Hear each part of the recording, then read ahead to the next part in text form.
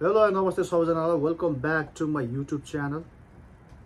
र आज मैले तपाईहरुको माझमा केही नेपालका एकदमै कमेडियनहरु लिएर आएको छु, जसको क्लिपहरु आज मैले यहाँ भेला पारेको छु र त्यो क्लिप हेरेर आज रियाक्सन भिडियो बनाउन गइरहेको छु। तपाईहरु पनि हेरेर इन्जोय गर्नुहुन्छ होला र हामी यो भिडियो सुरु गर्न चाहन्छु। सबैजनाले हेरेर इन्जोय गर्नु होला। कुन पार्टीमा हुनुहुन्छ तपाई? हजुर कुन पार्टीमा? अहिले त त्यो के रे के पार्टीको नामै बिर्सिनु भएको छ म। अति फोरम फोरममा हुनुहुन्छ? फोरम भन्ने त पार्टी नै छैन अब। छैन फोरम। आफू कुन पार्टीको भन्ने कुरा पनि थाहा छैन के। भिजोक रमाइलो त यहाँ छ।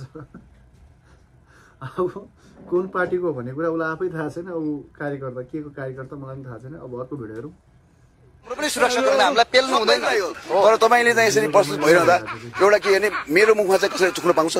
म यहाँ सुरक्षाको लागि खट्टा थुकियो, मेरो मुखमा थुकिया छ, मैले एकछिन तल राख्नु अलि मुखमै खोदिने। माइकै कोचार दिने मुखमा।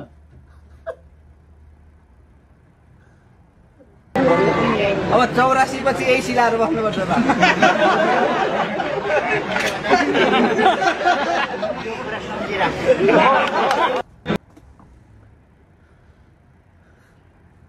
दुई हजार कति गरे जतिको भए पनि अब यही बनाउने काम बाहेक अब छैन।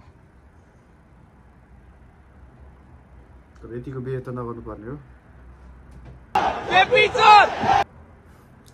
बुढोको पुरै मोड सुइसक्यो।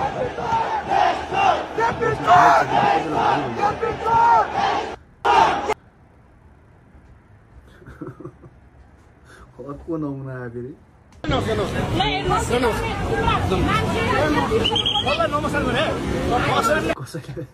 कसैले नमस्कार गरेको छैन रे।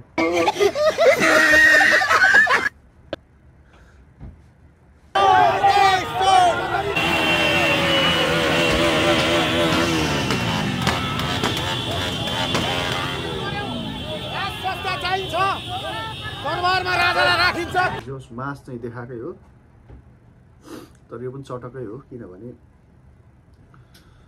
चुनावको बेलामा चाहिँ भोटसोट हाल्दैन। अब यो मास सास यो के को बलमा हो, अब कताको कसले पैसा खनायो के हो त्यो थाहा भयो। तर यो मास देखाएर मात्रै हुँदैन। चुनाव बेलामा भोट हाल्नु पर्यो नि त ल्याउनको लागि। अन्त ल्याएको भए राम्रै हुन्थ्यो। अब ल्याएर पनि के गर्ने, ल्याए नि त्यही हो।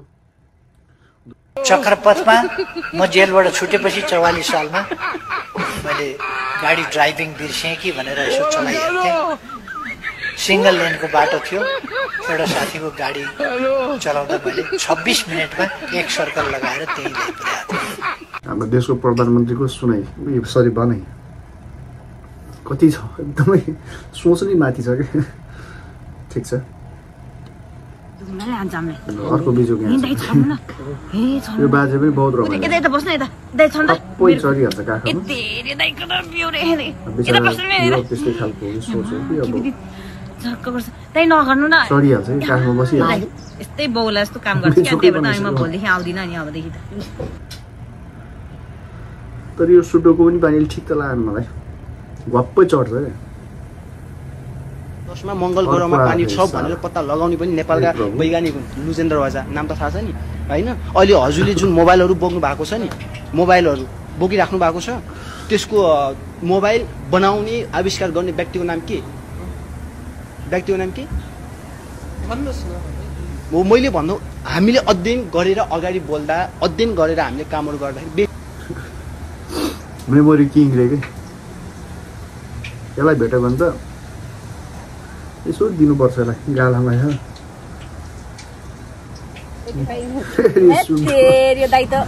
गम्मै चढिहाल्ने कि काखमा। नराम्रो मान्छे बुढोको यार।